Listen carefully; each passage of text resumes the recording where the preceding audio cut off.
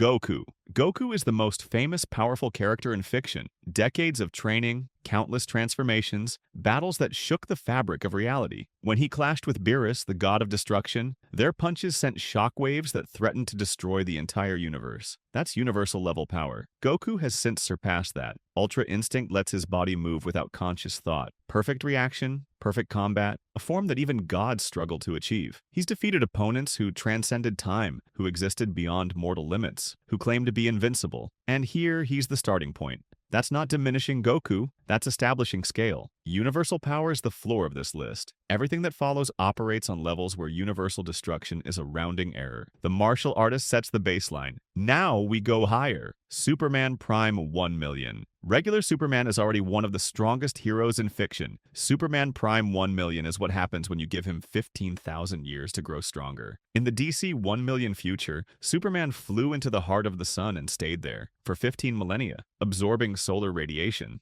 growing beyond any limit he'd ever had. When he emerged, he wasn't just strong, he was near omnipotent. Then he inherited the powers of a fifth-dimensional imp, beings who warp reality like humans flip light switches. Superman Prime 1 million created a universe, not destroyed, created. He built an entire reality to resurrect Lois Lane, his wife who had died thousands of years before. He exists beyond normal space and time. His powers include everything Superman can do, multiplied by eons of growth, plus the ability to reshape reality by thought. The superhero, given enough time, becomes indistinguishable from a god. Saitama broke his limiter. That's not metaphor. In One Punch Man's universe, every being has a limit to their potential. Saitama trained so obsessively that his limiter shattered. Now he has no ceiling. Against Guru, a villain who copied the abilities of cosmic entities, Saitama didn't just win. He grew stronger during the fight, infinitely. Every punch made him more powerful. Every moment increased his abilities without end. He sneezed and blew away Jupiter's atmosphere. He punched through an attack that was warping dimensions. He time-traveled by punching really hard, not through technology, just force. The joke of Saitama is that he's too strong to find satisfaction. The reality of Saitama is that too strong has no meaning when your power has no upper bound. He's controversial in power scaling debates, but the manga made it clear. Saitama's potential is genuinely infinite. He just hasn't needed to use it all yet. Zeno erased 6 universes because he was in a bad mood. He didn't fight them, didn't conquer them. He just decided they shouldn't exist anymore, and they didn't. In Dragon Ball Super, Zeno is the supreme ruler of the multiverse. He appears as a small child with a blank expression. Gods of destruction, beings who can annihilate planets with a thought, tremble in his presence. When infinite Zamasu spread across reality, becoming the sky itself, becoming existence, Goku had no way to stop him, so he summoned Zeno. Zeno looked at the corrupted timeline, tilted his head, and erased everything. Not just Zamasu, the entire future, every planet, every star, every life, gone.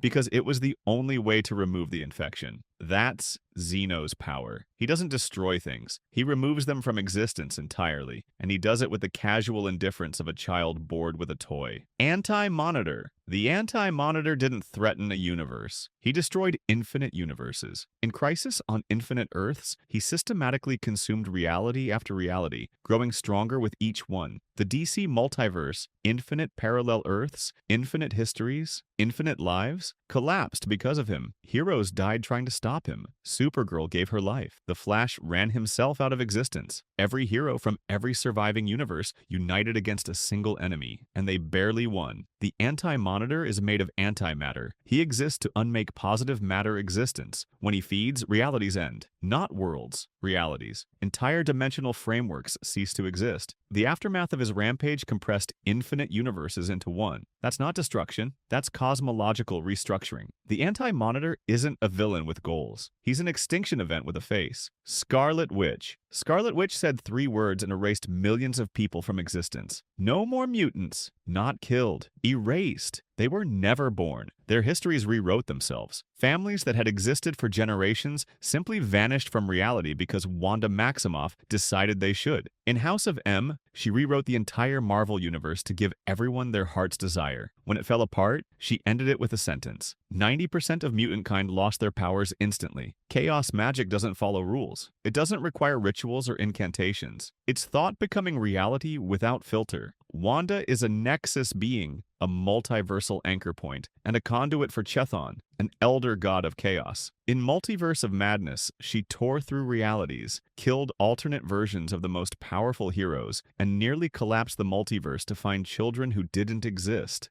3 words changed a species. Imagine what she could do if she really tried. The Presence. The Presence is God. Not a god, the God. The Abrahamic deity of the DC universe who created everything that exists. The multiverse, the source, the angels. Lucifer and Michael, the 2 most powerful beings in DC after the Presence itself, are just his creations, extensions of his will given form. The Presence doesn't fight because there's nothing to fight. He is existence. He is the reason existence happens. When characters in DC meet the Presence, they're not encountering a powerful being. They're encountering the source from which all power derives. He doesn't have peak moments because every moment is his ongoing act of creation. The Presence is omnipotent, omniscient, and omnipresent within the DC multiverse. That qualifier matters within DC, because even capital G God has peers in other fictions. But in his domain, nothing exceeds him. Nothing can. The one above all. The one above all is Marvel's equivalent, the supreme being above all others, above the living tribunal who judges entire realities, above the Beyonders who destroyed the multiverse for an experiment, above eternity, infinity, and every cosmic entity ever created. The one above all has appeared in comics as a homeless man, as a kind stranger, and most tellingly, as Jack Kirby, Marvel's co-creator drawing at his desk. That's the meta text made explicit. The one above all isn't just God within the story, he's the acknowledgement that stories have authors. After Secret Wars collapsed the multiverse,